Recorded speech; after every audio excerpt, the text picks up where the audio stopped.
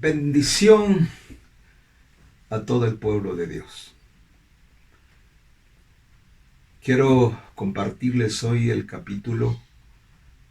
único capítulo de Judas y el versículo 11. Y hay un tema muy interesante. Bueno, todos los temas son interesantes en la palabra. El agua de vida que sacia el alma. La Biblia es el libro de los libros. Cuando tú te pones a estudiar la palabra y tomas el espíritu del autor de la Biblia, que es Dios mismo. Hace algunos días estaba estudiando, alguien me regaló el libro del Corán y me encanta mucho la lectura y estaba leyendo un poco y de repente el Espíritu Santo vino y me dijo: si sigas leyendo ese libro tomarás el espíritu del autor. Reparé en esto y por eso tengo mucho cuidado ahora de qué leer y qué no leer. Pues bien, entrando ya en materia de estudio de la palabra, que será muy interesante de aquí en adelante, muchos temas maravillosos, y pido sugerencia para que puedan aportarnos también algo de lo que pues sería de beneficio para nuestros estudios. En el capítulo entonces único de Judas y el verso 11 dice: ay de ellos porque han seguido el camino de Caín y se lanzaron en el error de Balaam por recompensa y perecieron en la contradicción de Coré. Voy a darle otra vez lectura al verso. Ay de ellos porque han seguido el camino de Caín y se lanzaron en el error de Balaam y por la recompensa y perecieron en la contradicción de Coré. Aquí hay tres personajes que vale la pena profundizar en cada uno de ellos, pero solo quiero referirme al personaje de Caín. Caín, Balaam y Coré. Solo en este verso hay tres personalidades para un estudio minucioso de cada uno de estos personajes. Entonces, para ir pues al grano, quiero entrar entonces ya en este personaje de Caín. ¿Por qué dice la palabra que han seguido el camino de Caín? Entonces la pregunta que surge aquí es: ¿y cuál es el camino de Caín? ¿Cuál es la senda, la ruta que fue lo que marcó Caín? ¿El camino de la bendición o el camino de la maldición? Para eso me gustaría entonces ir al capítulo que ya todos conocemos en el libro de Génesis, capítulo 4. Y ahí encontramos la famosa historia que ya la sabemos de memoria. Pues entonces, aquel día, la palabra de Dios dice que habló Caín a su hermano Abel, y aconteció que estando ellos en el campo, Caín se levantó contra su hermano Abel y le mató. Ahora, ese término, esa palabra campo, ese tiene una connotación maravillosa, es muy amplio el término. Es el campo de las misiones, el campo de la religión, el campo del comercio, el campo de la cultura, el campo de la filosofía, el campo de las artes. En fin, ahí tenemos tanta riqueza. Si lo actualizamos, eso tiene esa connotación. Aconteció que cuando ellos estaban en el campo, y ahí está el asunto. Quizá el campo de la misma iglesia, el campo de nuestra casa, de nuestra familia, de nuestro hogar. Y Caín se levantó contra su hermano Abel y le mató. Entonces ahora viene la gran pregunta de Dios. Y le dijo Dios a Caín: ¿dónde está Abel tu hermano? ¿Acaso Dios no lo sabía? Por supuesto que sí.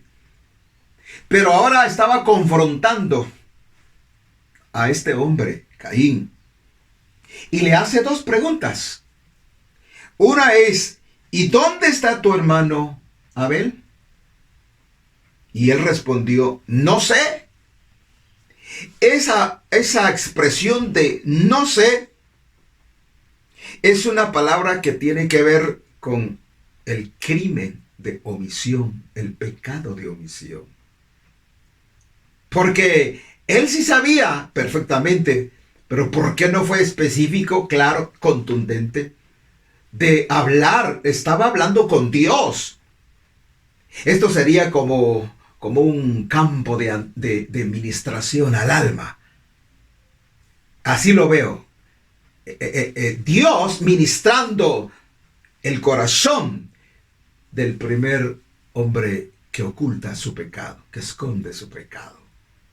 Entonces, ¿dónde está tu hermano? Pues no lo sé. ¿Soy yo guarda de mi hermano? Y Jehová le dijo, ¿y qué has hecho? ¿Qué has hecho? La voz de tu hermano Abel clama a mí desde la tierra. Bueno, hay mucho que caminar, mucho que recorrer ahí.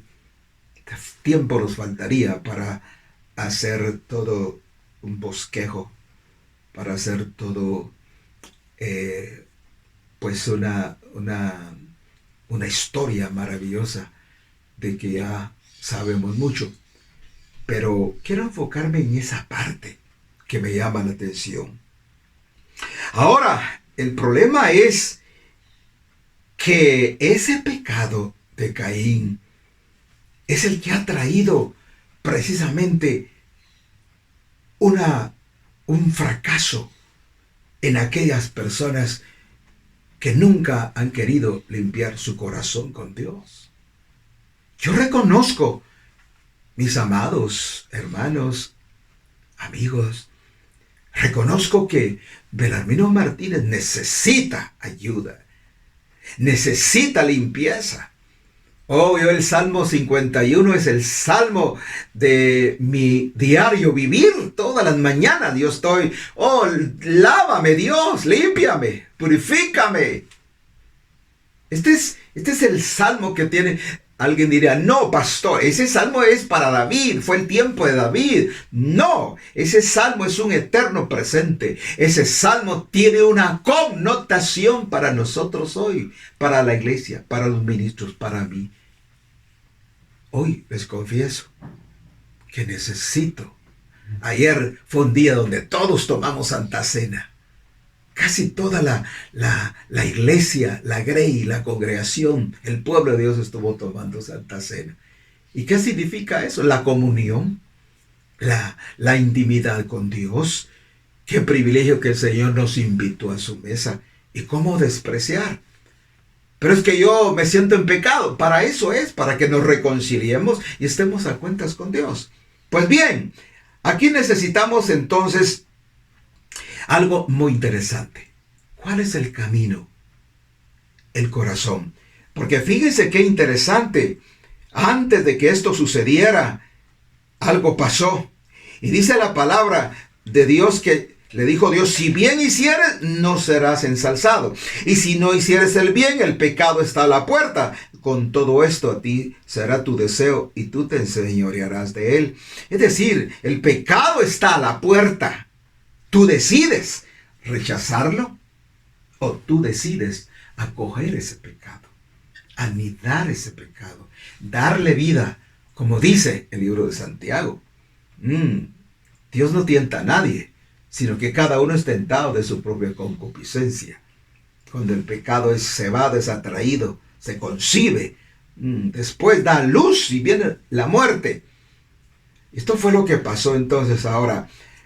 La gran pregunta es, si es un camino a seguir, entonces toda la Biblia está en ese estigma, esa cuestión que pasó ahí en el corazón de este hombre, está en toda la Biblia. No es casualidad que en la Biblia encontremos dos hombres. Hay un publicano y el otro que era el inocente, ¿verdad? El otro que se humillaba. Pero el otro decía, yo no soy como tú. Entonces encontramos en la palabra dos hijos. El padre tenía dos hijos, el pródigo y el otro hijo. También tenemos a Esaú y a Jacob. Y tenemos dos personalidades. Tenemos a Lázaro y tenemos al hombre rico. ¿Habrá alguna enseñanza en esto? Creo que sí. Entonces toda la Biblia, desde el libro de Génesis, arranca, porque Génesis es el principio, es el gen de todas las doctrinas. Si queremos entender el libro de Apocalipsis, tenemos que entender todo el libro de Génesis, porque Génesis es el principio y Apocalipsis es el fin. Entonces, cuando tomamos el libro de Génesis, encontramos el principio, la puerta y el camino trazado a través de las Escrituras. ¿Y cuál es el problema? El camino de Caín, la envidia, los celos, la envidia, los celos. Ay, ay, ay, esa amargura, ese resentimiento que está en el corazón de muchos. Ese resentimiento que está dentro del pueblo de Dios, que muchas veces no hemos hecho caso de la palabra.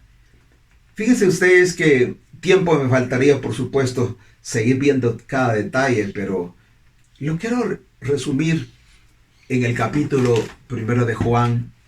En el primer libro de Juan, en su capítulo 3, dice, porque este es el mensaje que habéis oído desde el principio, que nos amemos unos a otros.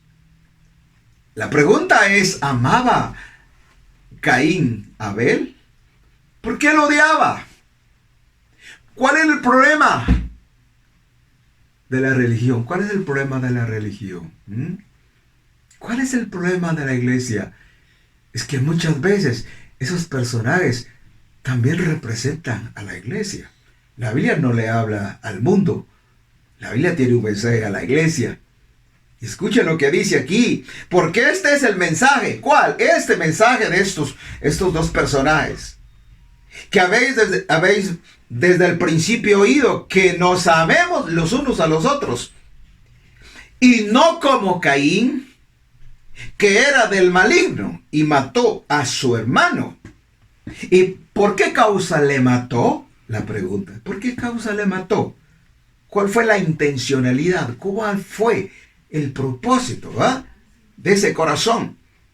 ¿Por qué causa le mató? Es que necesitamos averiguar, investigar, analizar y profundizar cuál fue la causa, el motivo, las circunstancias, las razones. ¿Por qué? ¿La envidia? Ay, ay, ay. Tenemos que tener envidia. Bendecimos a todos aquellos grandes líderes.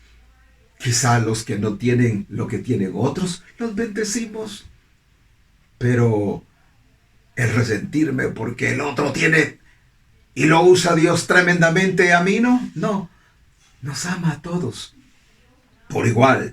Que amemos unos a otros, que nos amemos unos a otros, pero no como Caín, que era del maligno y mató a su hermano. ¿Y por qué causa le mató? Porque sus obras eran malas y las de su hermano eran justas. Hermanos míos, no os maravilléis si el mundo os aborrece. Nosotros sabemos que hemos pasado de muerte a vida, en que amamos a los hermanos. El que no ama a su hermano está en muerte. Cualquiera que aborrece a su hermano es un homicida. Y sabéis que ningún homicida tiene vida eterna permaneciente en sí. En esto hemos conocido el amor, porque Él puso su vida por nosotros. También nosotros debemos de poner nuestras vidas por nuestros hermanos. Por nuestros hermanos. Pregunto como ministro. Y quiero que por favor no me malentienda. Yo no estoy acusando a nadie. Solo estoy viendo la realidad del camino de Caín. la perversidad de Caín. ¿Qué hay dentro del pueblo? ¿Qué hay adentro del corazón de la sociedad? ¿Qué hay dentro de mi corazón? ¿Es posible pedirle a Dios limpieza? ¿Es posible humillarme? ¿Es posible arrancar esto? ¿Es posible no lastimar a mi hermano Abel? ¿Por qué muchos hermanos han lastimado a sus hermanos en la iglesia? ¿Por qué no nos amamos? ¿Por qué tanta división? ¿Por qué tanta denominación? ¿Por qué tantos caminos que al hombre le parecen derecho, pero su fin es un camino de muerte? Caín en los púlpitos, Caín en los hermanos, Caín en la sociedad.